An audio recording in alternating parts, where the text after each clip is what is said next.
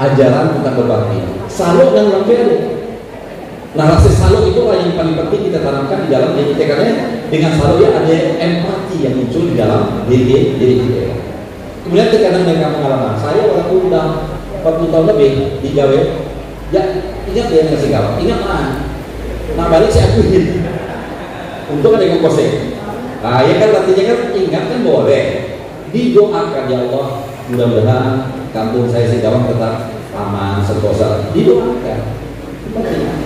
Daripada balik buat ingat lebih baik kita doakan dan ya insya Allah tekanan kampung halaman nyukai karena orang tua penting nyukai karena orang tua, karena yang paling ditakut itu ya terakhir usaha berani dengan orang tua kalau tuh tulah apa bahasa Indonesia ini paling takut kita tidak disebut tulah ya. Nah oke, kita teruskan sifat tahu dan malu itu yang paling penting ya. Mungkin saya tidak banyak yang paling penting itu yang disebut sifat malu membuka aib orang, malu mengikat baju ibadah, malu mencoreng alat ini, malu melanggar pada syarat, malu terlanda pada adat malu, terharu pada lembaga, malu rusak nama baik, malu memutus tali darah, malu hidup dan malu mati tidak bermalu, mati tidak bermalu ya Allah. Apa namanya bahasa Arabnya apa ya? Su'ul mati tidak tahu malu, udah gue mati tak naik apa lagi ya udah tak sadar berarti mereka karena orang gue mati tapi dalam keadaan yang tak benar. Iya kita yakin. Oke, kita teruskan. Sikap mental kontradiktif itu kontradiktif karena ada pendekatan strukturalisme disebut dengan pendekatan dikotomis. Sifat mental di kontradiktif melalui Singkawang. Supan usaha dipan-pani. Supan boleh, tapi usaha dipan-pani. Itu tuh kebanyakan dipan-pani daripada supan. Ayat kan? Yang kedua, peringat usaha pengantin. Peringat ada yang positifnya. Peringat ya ada unsur positifnya, ada unsur negatif. Tapi udah pengantin udah ada positifnya. Pengantin, jumpe kita pasti yang dikatakan yang tidak antar dulu, yang tidak benar, yang tidak benar. Rendah hati usaha kerewat. Tadi tawadu, tapi bukan rendah diri. Rendah diri ulang minder wadihai, ya, minder wadihai. Rabah susana rabah. Siapa yang artinya rabah? Rabah apa ya?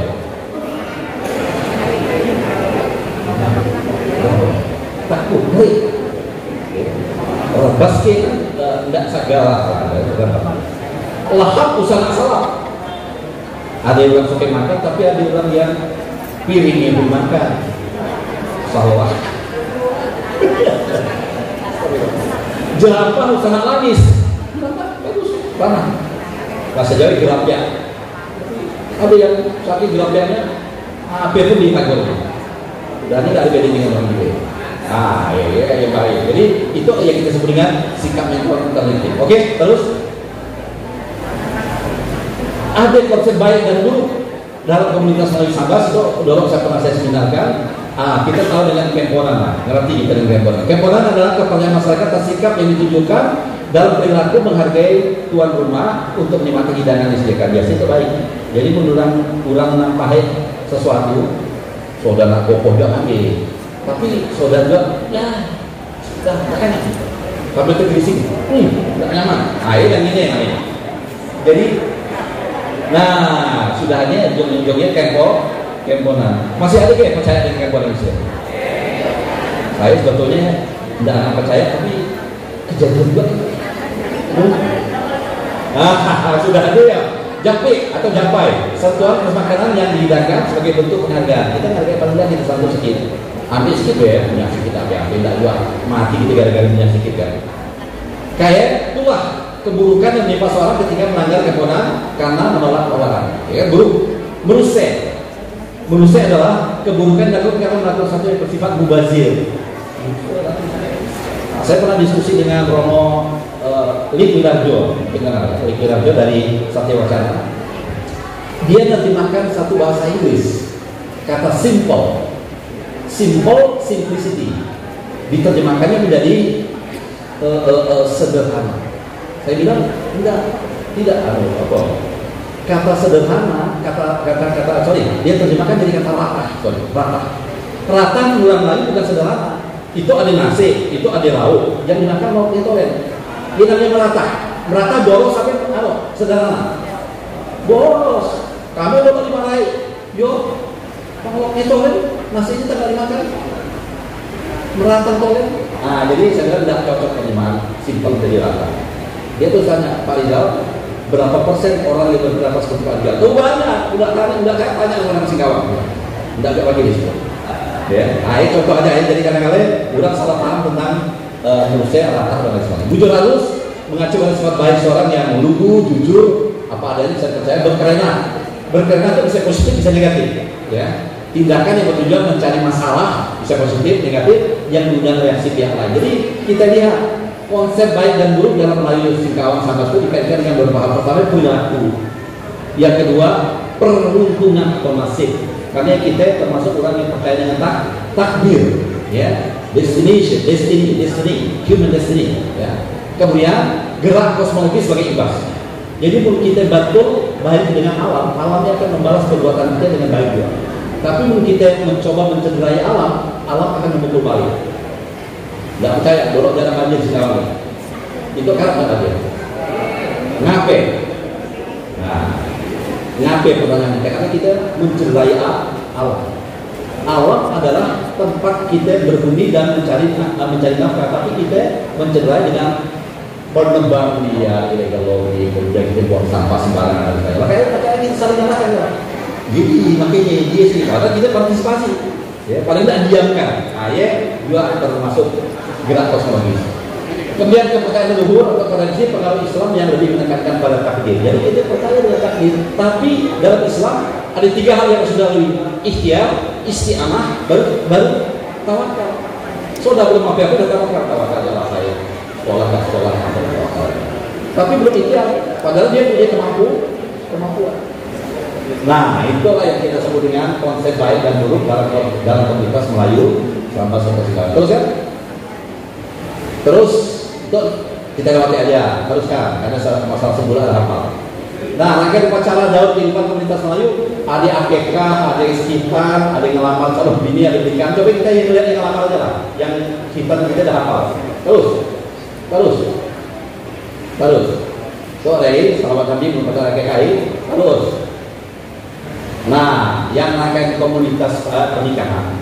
Kenapa itu perlu saya tampilkan? Karena banyak orang yang cun ngelamar dari Melayu katanya maharnya mahal. Iya nggak? Tidak murah. Tapi mau yang gratis ya? Bayar. Oh gaya. Oh ya, sorry. Oke, kita lihat. Pantun dari utusan pihak laki-laki. Biasanya kalau lagi. Itu saya buat sholat ya. Nah, betul tanda tuh. Batang kelai bisa dipandang, barat terendam dalam kali. Datang kami adalah hajat. Cara menyampaikan maksudnya. Itu yang laki-laki. Nak murah. Songkok putih punya Bang Haji, tergantung di kamar balas itu. Dolok kami suatu jadi nak melamar nak dari situ. Dolok. Jawabannya, patih kecapi si ulang bujang. Abik di bawah jukung buatkan. Kami ucapkan selamat datang. Kacik telapak tangan biru ditadahkan. Makan sari kayu dengan kaldi, buah pisang masak di batang. Mun memang lurus saja di hati, kami terima dengan hati sama. Ya, teorinya bagus sih. Tapi ujung-ujungnya nanti sudah lupa duit asapnya. Cukup tidak duit asapnya? Berapa kira-kira? Duit asapnya juga nggak berasap double, gimana nak masak? Sikit lalu. Nah, tadi malam saya ngobrol dengan Hamzah, bangsa sampai itu. Safari. Ternyata mahar di mana-mana jadi persoalan. Salah satu problem yang besar adalah mahalnya mahar yang harus dibayar. Nusa Tenggara Timur terkenal namanya beris. Beris ya, ulang membayar mahal pakai gaji gajah, karena gajah kecil. Bayangkan cari gajah mana? Gajinya kayak dia. Jadi gaji itu kalkulator dia. Ada yang lebih seru saya ceritakan, namanya lobola. Lobola ya, orang Zimbabwe bayar mahal bisa sampai 40 ekor sapi. Kemudian itu bisa sampai 2 miliar. Tergantung siapa yang terdapat. Lalu dibuatlah aplikasi namanya saya tahu Lobola kalkulator, itu buka ya, Lobola kalkulator. Nanti kita bisa sama buat mahar kalkulator ala Sabas. Pak Safari umur 38 tahun, udah punya bini si dia, anak dia, nah ngelamar itu keluar orangnya 80 juta, mahal, cari lagi, turunkan, nah ngelamar janji anak dua, turun bikin kita, bisa keluar. Jadi kita menyesuaikan kemampuan dengan aplikasi. Dia saya usulkan dulu waktu di Minangkabau, saya pernah kerja 2 tahun di Minangkabau, karena di daerah Pariaman yang melamarnya bagian perempuan dan laki-laki, sebenarnya bukan perempuan tapi ini mamanya. Berunding bisa berhari-hari, tapi dengan kalkulator kan kita tinggal isi. Itu lulusan UGM kedokteran, bisa 300 juta. Oh itu lulusan mana misalnya? Untar sosial politik. Oh 80 juta nanti. Jadi kayak gitu. Iya, kenyataan yang dihadapi dalam dunia modern kita kadang-kadang sempat ngomong dia, tapi udah di belakang merepek sedikit lah rumahannya. Nah, terus ujungnya dipasarkan anak gampang. Memang. Jadi ujung-ujungnya kita jadi problem. Jadi itu lagi kita sebut dengan adab atau sopan santun, saling menghargai dari kedua belah pihak dan cita rasa bahasa komunitas Melayu dan bentukan. Oke, teruskan. Mungkin kita teruskan aja untuk kita lewat itu macam-macam nih. Ada mau pakai dan lain sebagainya. Kita teruskan aja. Ini asap saya baca kita dah tahu lah. Teruskan. Rakyat cantik kamu kita teruskan. Nah, saprahan.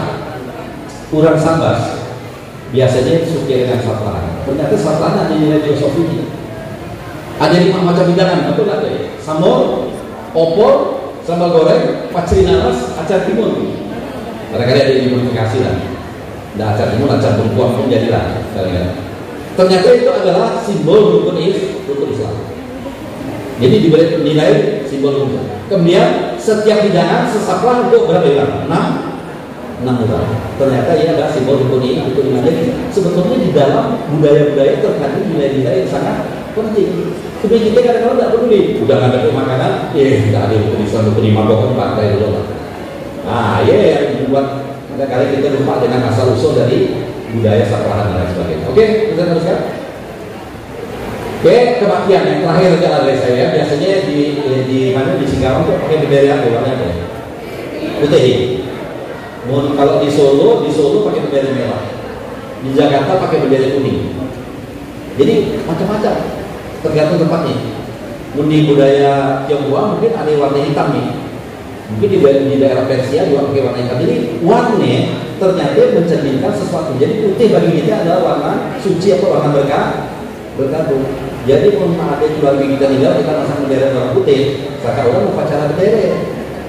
Padahal maksud kita bendera putihnya adalah simbol berkabung. Nah itu adalah simbol kenapa? Simbol dari bahasa Yunani sumbalain. Sumbalain ada 2 hal yang perlu menjadi satu. Aspek transenden dan aspek imanen. Jadi Bapak Ibu sedang sholat, kemudian Bapak Ibu melakukan gerakan rukuk, itu namanya simbol. Tapi Bapak Ibu macam gerakan rukuk tapi batulkan tali sepatu, itu gerakan biasa. Jadi beda.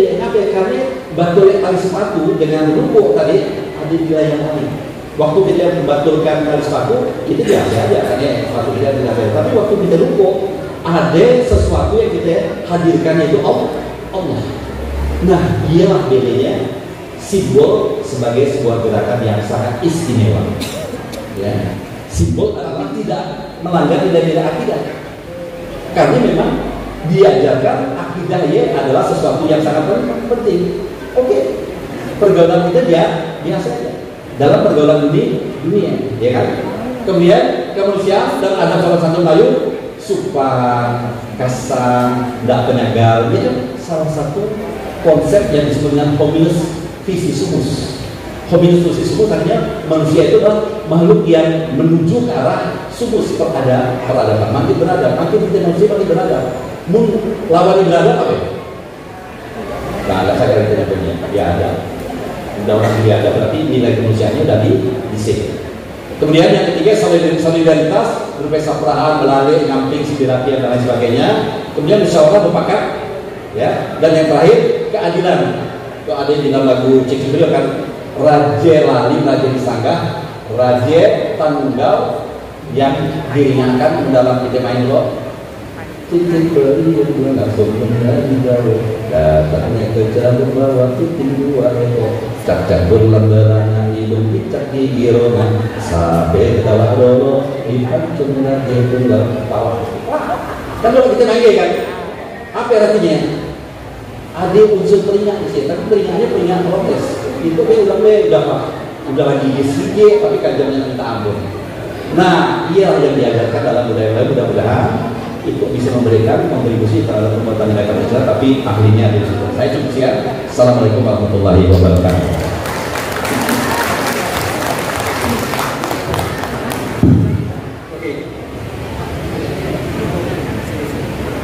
Assalamualaikum warahmatullahi wabarakatuh.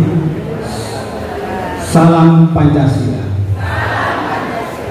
Yang saya muliakan Bapak Wali Kota atau pejabat mewakili, kepala dinas pendidikan, tokoh-tokoh adat, tokoh agama, dan Bapak Ibu saudara-saudari sekalian.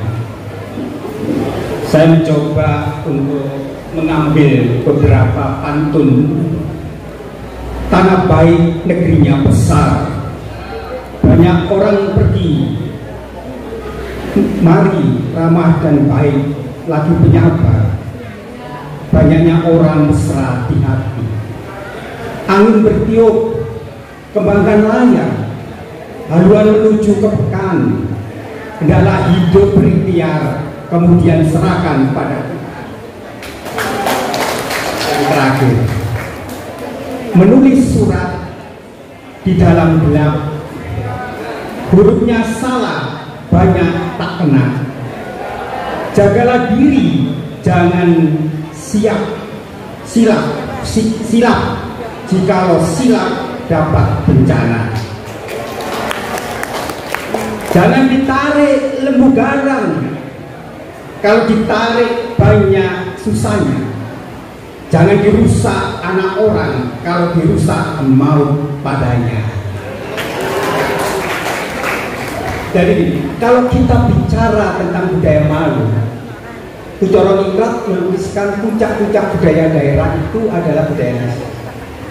Maka budaya Melayu itu sebenarnya internalisasi dari nilai Pancasila yang digali oleh Bung Karno.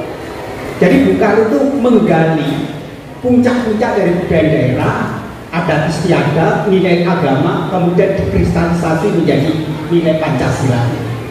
Jadi dalam budaya Melayu itu yang kuat adalah masyarakatnya egaliter, bersahabat, toleran, ramah, saling menghormati, tetapi memiliki adat. Karena dia memiliki adat, maka dalam budaya Melayu itu kuat menjadi bisa bergaul, dia menjadi masyarakat kosmopolitan. Maka budaya Melayu itu akhirnya melahirkan bahasa Indonesia yang dipakai oleh bahasa Indonesia menjadi bahasa pemersatu. Itu sumbangan besar budaya Melayu. Bagaimana kita memahami tentang nilai-nilai Pancasila itu dalam budaya? Kalau kita bicara budaya itu bukan bicara tentang sekedar tari, gerak, puisi, lagu, tapi dalam budaya itu kita bicara tentang habitualisasi yang dikatakan Bourdieu. Habitualisasi adalah kukus insting yang mempengaruhi cara berpikir, bertindak, bernalar, berrelasi. Maka dalam budaya itu ada nilai-nilai keluhuran budi, ketakwaan kepada Tuhan Yang Maha Esa, nilai-nilai kemanusiaan, dan nilai-nilai itu yang membangun nilai-nilai persaudaraan sejati. Maka begitu kuatnya budaya Menahu di Singkawang ini sehingga sekarang menjadi kota teroran yang 2 kali tidak pernah terjadi. Karena Solo Tigo itu hanya sekali. Apa yang menarik dari budaya Singkawang ini adalah bagaimana budaya itu menyatu, melenggut dalam nilai adat istiadat. Jadi adat istiadat itu sangat penting Bapak Ibu, karena dalam adat istiadat itulah yang mampu menghadapi radikalisme. Jadi radikalisme itu paling takut dengan budaya.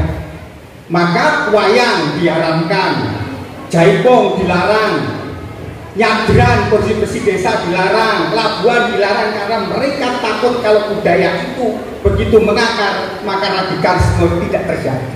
Tantangan kita sebagai bangsa itu menghadapi dua hal banyak, radikalisme agama dan radikalisme pasar. Radikalisme agama adalah paham-paham sempit yang menganggap orang yang berbeda keyakinan musuh saya, darahnya dihalalkan. Maka muncul ideologi takfiri. Ideologi itu yang ingin menggantikan Pancasila. Maka ideologi Pancasila akan digantikan dengan ideologi yang dipakai oleh mereka. Mayes dalam bukunya Religion of Violence, agama itu mudah dimanipulasi karena ayat tidak dilihat dalam konteksnya. Signifikannya apa saudara? Jadi ayat itu dilihat dalam pertama teks, dilihat dalam konteksnya itu ya budaya waktu itu, ilmu pengetahuan pada waktu itu, politik pada waktu itu, struktur budayanya. Ketika teks keluar dari konteksnya, maka yang terjadi adalah pembentukan. Yang sekarang terjadi adalah ayat diambil sepotong-potong, kemudian dipakai untuk apa? Menghancurkan ideologi Pancasila. Maka tantangan kita ideologi pasar itu apa? Ideologi pasar adalah bagaimana nilai-nilai ekonomi itu menjadi budaya dijadikan materialistis. Maka ekonomi itu menciptakan manusia kehilangan rasa ketuhanan, rasa kemanusiaan, rasa persatuan, rasa masyarakat dan rasa keadilan. Karena disitulah terjadi ekonomi. Ketika ekonomi dikendalikan segelintir orang, maka dia bisa menggunakan agama, suku, etnis hanya untuk mempertahankan kekuasaan. Maka Bapak Ibu harus memperkuat budaya, karena budaya itu soko guru bangsa.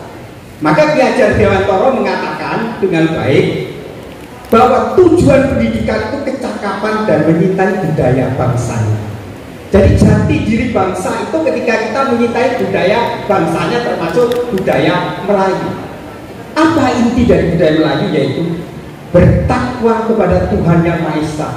Karena budaya Melayu kental dengan Islam. Maka nilai-nilai Islam, keimanan, ketaatan, keadilan, taharuf, persaudaraan, itulah sila pertama. Bung Karno mengatakan ketuhanan yang berkebudayaan.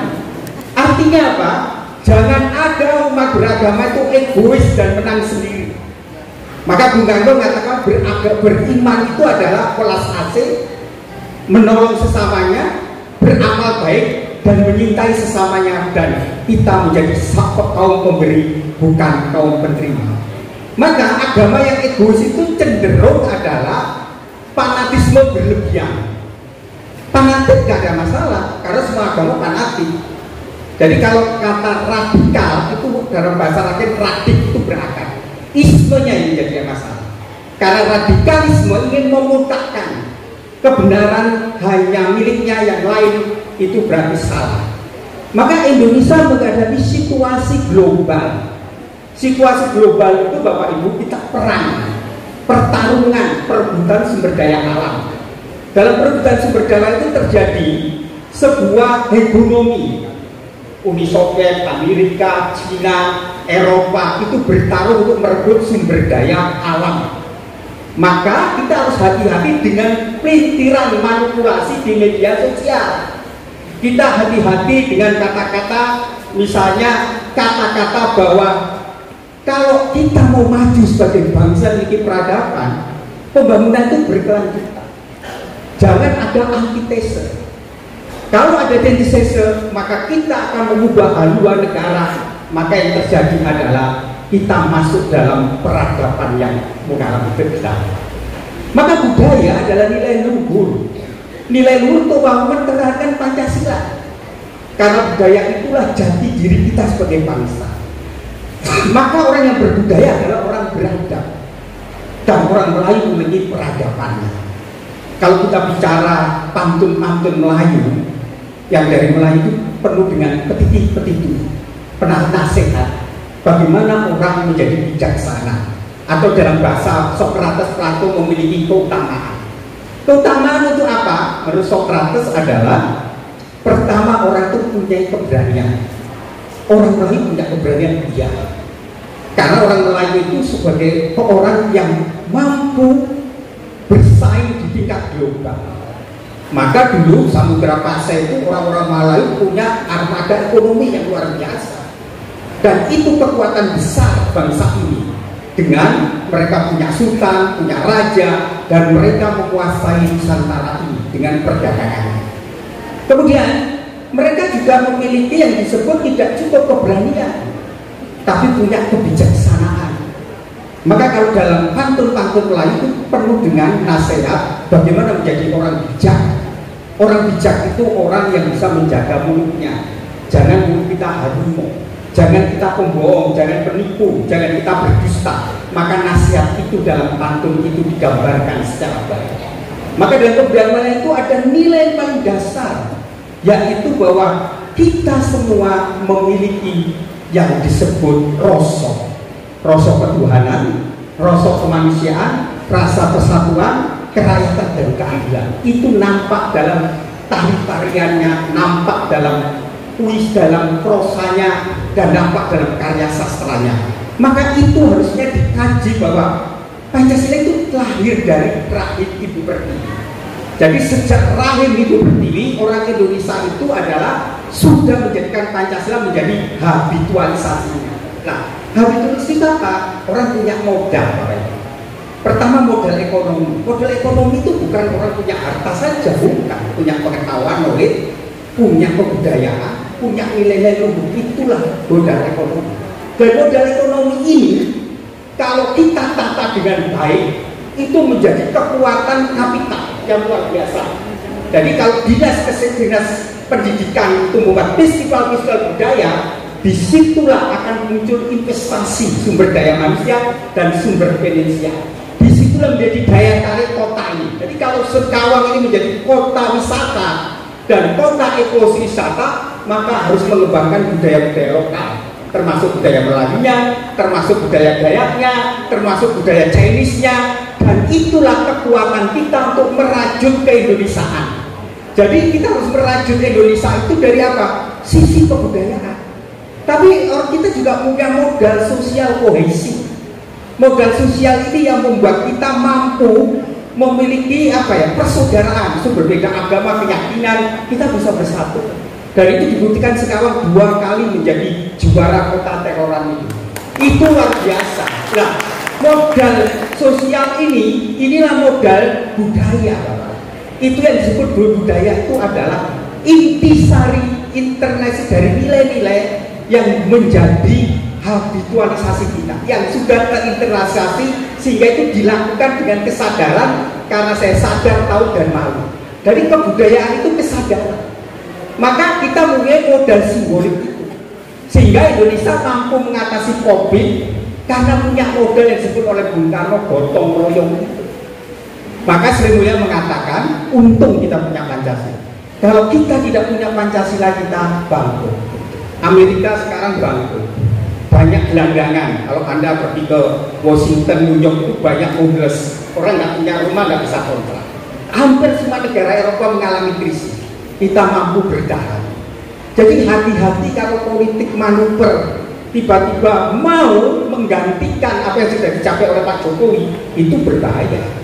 Karena kita harusnya melanjutkan apa yang sudah dilakukan oleh Pak Jokowi untuk menjadikan Pancasila menjadi jati diri bangsa. Pancasila itu tidak hanya falsafah, tidak hanya ideologi, tidak hanya kebudayaan, tapi jati diri bangsa yang ada sejak dahulu lewat kebudayaan. Jadi budaya Melayu itu sebenarnya digali juga oleh Soekarno, sehingga nilai-nilai ketuhanan, kemanusiaan, persatuan, kerakyatan, dan keadilan itu sebenarnya bersumber dari adat istiadat. Itu yang menjadi endotem kita dalam bahasa Jerman. Itu yang menjadi di mana tanah kita lain, ya sudah seperti itu. Jadi Pancasila itu menjadi satu gugus insting yang mempengaruhi cara berpikir, bertindak, bernalar, dan berrelasi kita. Lah tantangan kita ke depan apa itu? Tantangan ketiga ke depan adalah penghancuran budaya-budaya lokal, sehingga budaya-budaya lokal itu dimarginalisasi. Maka Soekarno mengatakan berdikari di bidang politik, ekonomi, dan budaya. Kalau budaya kita terjajah dan dimarginalisasi, kemudian diganti budaya dari luar, maka kita tidak punya jati diri bangsa.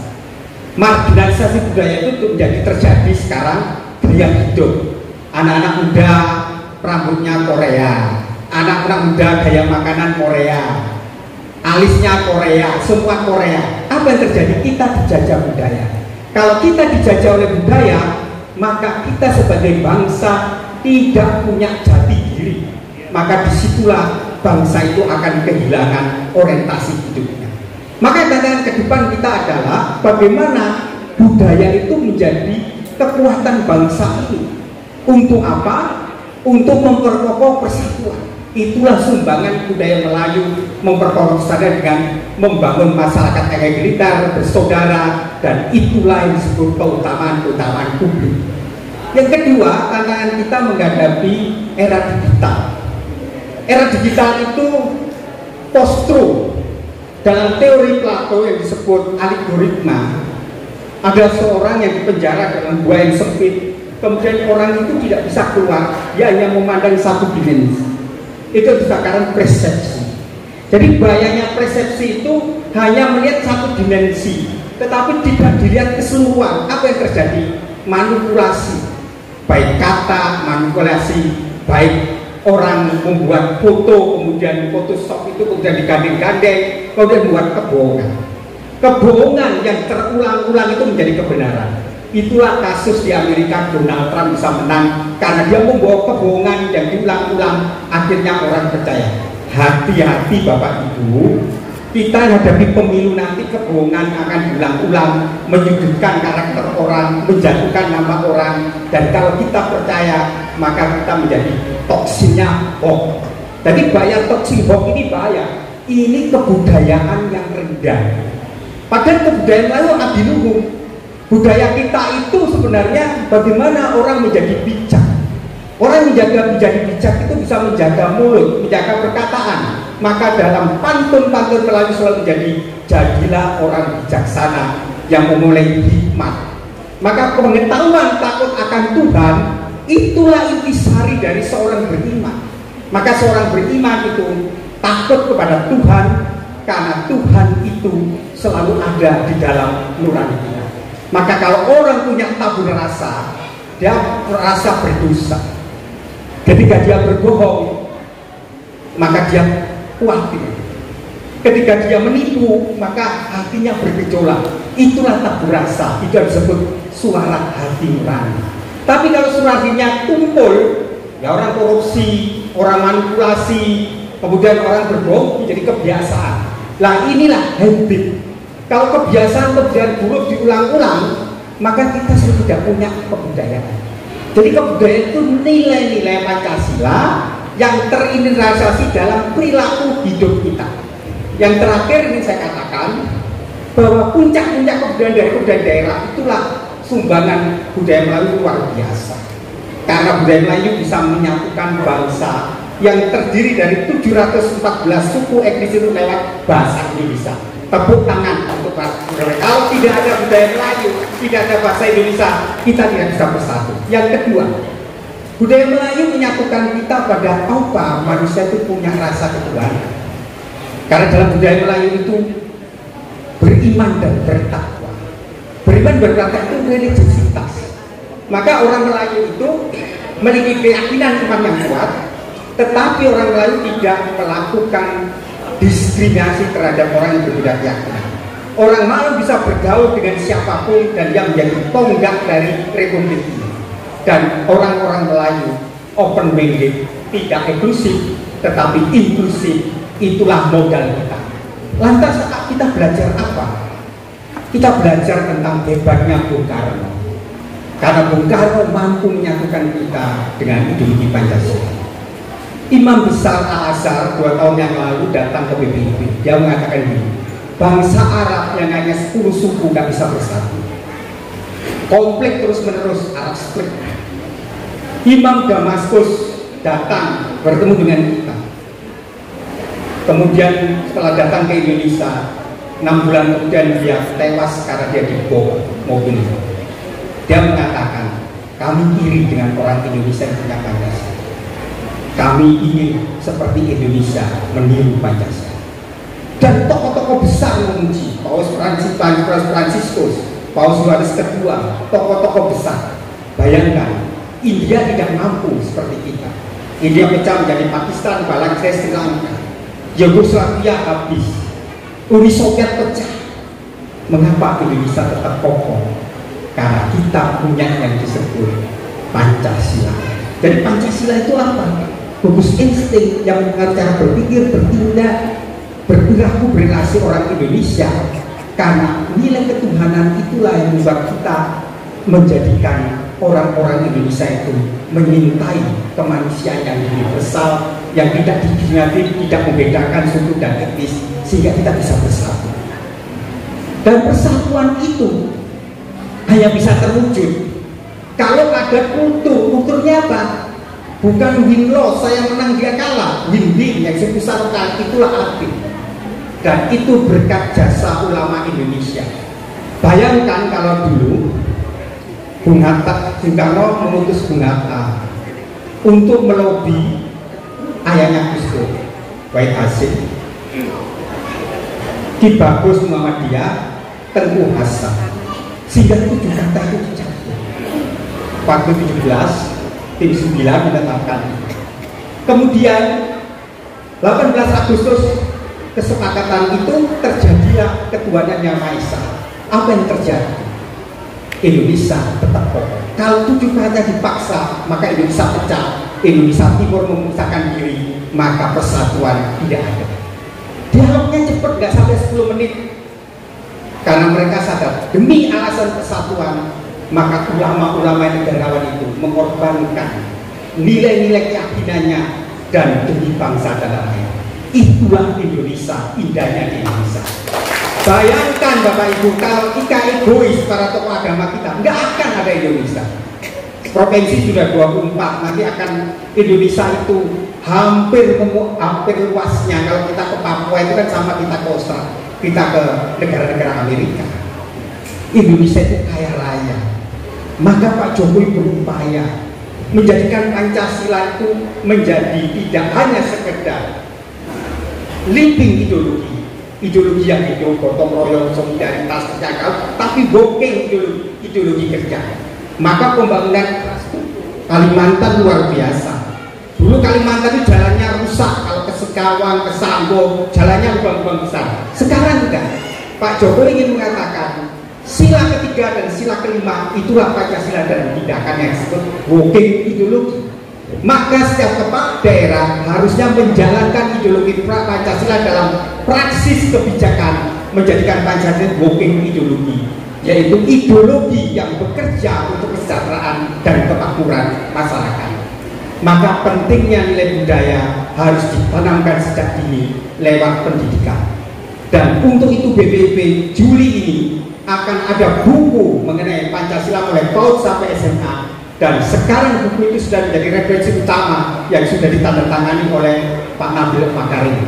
Bisa diakses di websitenya Kementerian Pendidikan. Maka itulah Jokowi berani mengambil sebuah risiko yang merevisi PP Pendidikan sehingga memasukkan pendidikan Pancasila dan bahasa Indonesia menjadi pelajaran utama lagi. Itulah produk budaya.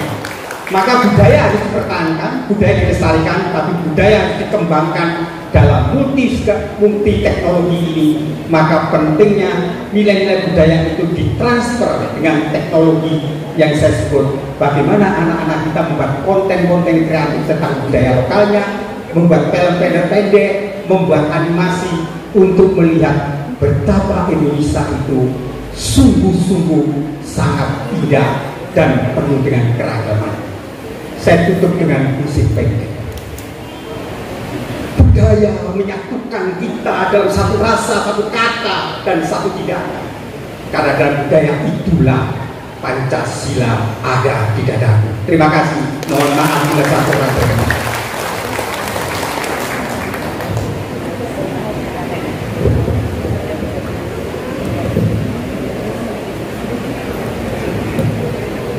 Mana tepuk tangan yang meriah? Hanya untuk diri. Yang kedua adalah kekerasan. Maka anak-anak itu menyontok karena kalau kita lihat TV, mereka lebih banyak nontonnya apa? nonton Smackdown, nonton ya itu yang mempengaruhi. Maka kasus kemarin anak petugas pajak itu karena perilakunya dipengaruhi oleh televisi, dipengaruhi Smackdown, maka cara dia menyiksa itu seperti itu karena perilakunya. Dalam teori komunikasi itu jelas sekali kok komunikasi. Kalau orang selalu nonton dalam kekerasan, maka kultur kekerasan terjadi. Kalau orang selalu mengakses porno, maka perilakunya akan terjadi. Nah, bahaya kita adalah bagaimana kita mampu menggunakan teknologi itu menjadi sarana alat untuk apa? Untuk memperoleh informasi teknologi pengetahuan. Bukan teknologi itu akhirnya menjadi kecanduan. Nah ini yang terjadi. Jadi memang ada orientasi perubahannya dia. Dan media itu bisa menggantikan kemanusiaan, bisa menciptakan yang namanya yaitu konflik-konflik sosial. Karena apa? Karena anak mengakses teknologi. Bayangkan 2 tahun. 2 tahun anak-anak tamat kelas. Maka terjadi adaptasi kembali, gak gampang itu. Mengembalikan anak untuk belajar, mengembalikan anak membaca, mengembalikan anak untuk lebih berpikir kritis, gak gampang. Sekarang anak-anak itu copy paste kok dengan Mbak Gigel kok, jawabnya Mbak Gigel. Maka harus mengubah paradigma yang buruk. Para guru tidak menjadi tolong dan mentor, tapi guru menjadi pendidik yang dikatakan jajaran tolong itu. Maka di sini pertanyaan-pertanyaan pun anak diajak reflektif, tidak lagi ABCD, karena kalau ABCD kan bisa dari Bagide. Lah bahayanya akhirnya anak-anak kita ini hanya copy paste. Kalau copy paste, anak-anak kita itu akhirnya mengalami dalam bahasa kilasan atau tanda kutip yang namanya fenomena goblok depannya itu. Karena kalian tidak berpikir. Kita kalau berpikir saya ada, sekarang tidak. Jawabnya ini copy paste di sini, makanan juga sama. Dan ini tidak hanya itu, maka tulisan Kompas hari ini kan yang namanya toksin itu kan menarik. Toksin itu kan banyak guru besar kemudian itu mereka hanya menjadi toksin itu karena mereka hanya mengejar, tetapi bukan orisinil karyanya sendiri. Ini akibat dari sebuah peristiwa COVID ini membuat perilaku hidup juga berubah. Dan perilaku hidup juga berubah lagi sekarang. Orang nggak perlu lagi kok untuk pergi cari makan, tinggal pakai HP, makan gampang. Apa yang terjadi? Relasi perilaku. Maka akan muncul kebangkitan di dunia kita. Mall-mall Jakarta itu kalau kita ke mana? Ke Mangga 2, tutup semua, hancur. Apa yang terjadi? Yang terjadi adalah problem pengangguran. Jadi akhirnya teknologi itu menggantikan manusia. Bahkan sekarang penyiar pun sudah pakai robot. Itu yang kemarin itu. Jadi ini ada perubahan nilai-nilai. Nah ini yang harus kita antisipasi. Jadi pendidik menurut saya harus melihat fenomena-fenomena ini. Kalau tidak, kita akan menghadapi krisis generasi ke depan. Itu saja. Mohon maaf kalau kurang lengkap dan kurang berkenan. Mungkin nanti Dokter Prof bisa menambah lagi. Ya, saya. Kan Pak ya, terima kasih untuk Helmi itu dari kecil ke kritis sampai tua tidak laka-laka dari sini. Ya berarti hidup jalan, bukan masih jalan. Soalnya semua sekarang itu banyak yang dari hidup. Alhamdulillah. Animal Symbolikum, salah satu pendapat dari Ernest Cassirer itu menentukan bahwa manusia itu adalah makhluk simbol karma. Ada alasan karena manusia hidup dalam dunia yang terbuka, well open. Hewan hidup dalam dunia yang tertutup, well. Jadi gajah, cacak, kepiting, dan macamnya, dunianya sangat tertutup yang kita sebut dengan habitat. Tapi manusia, dunianya sangat terbuka. Karena terbuka itu maka manusia menggunakan kemampuan akalnya untuk membuat simbol sebagai bentuk konvensi, kesepakatan. Simbol itu adalah kesepakatan. Ngapain bulan sampah satu baju kuning itu kan hijau ya, nah teman lagi hari karena warna simbol kuning dianggap simbol sultan, simbol keagungan. Ngapain itu kan suka warna merah, warna Tionghoa karena warna merah dianggap sebagai simbol ya, ini kesepakatan. Bisa tak kesepakatan dilunturkan? Bisa aja karena era globalisasi tadi lama-lama kita tergeser degradasi.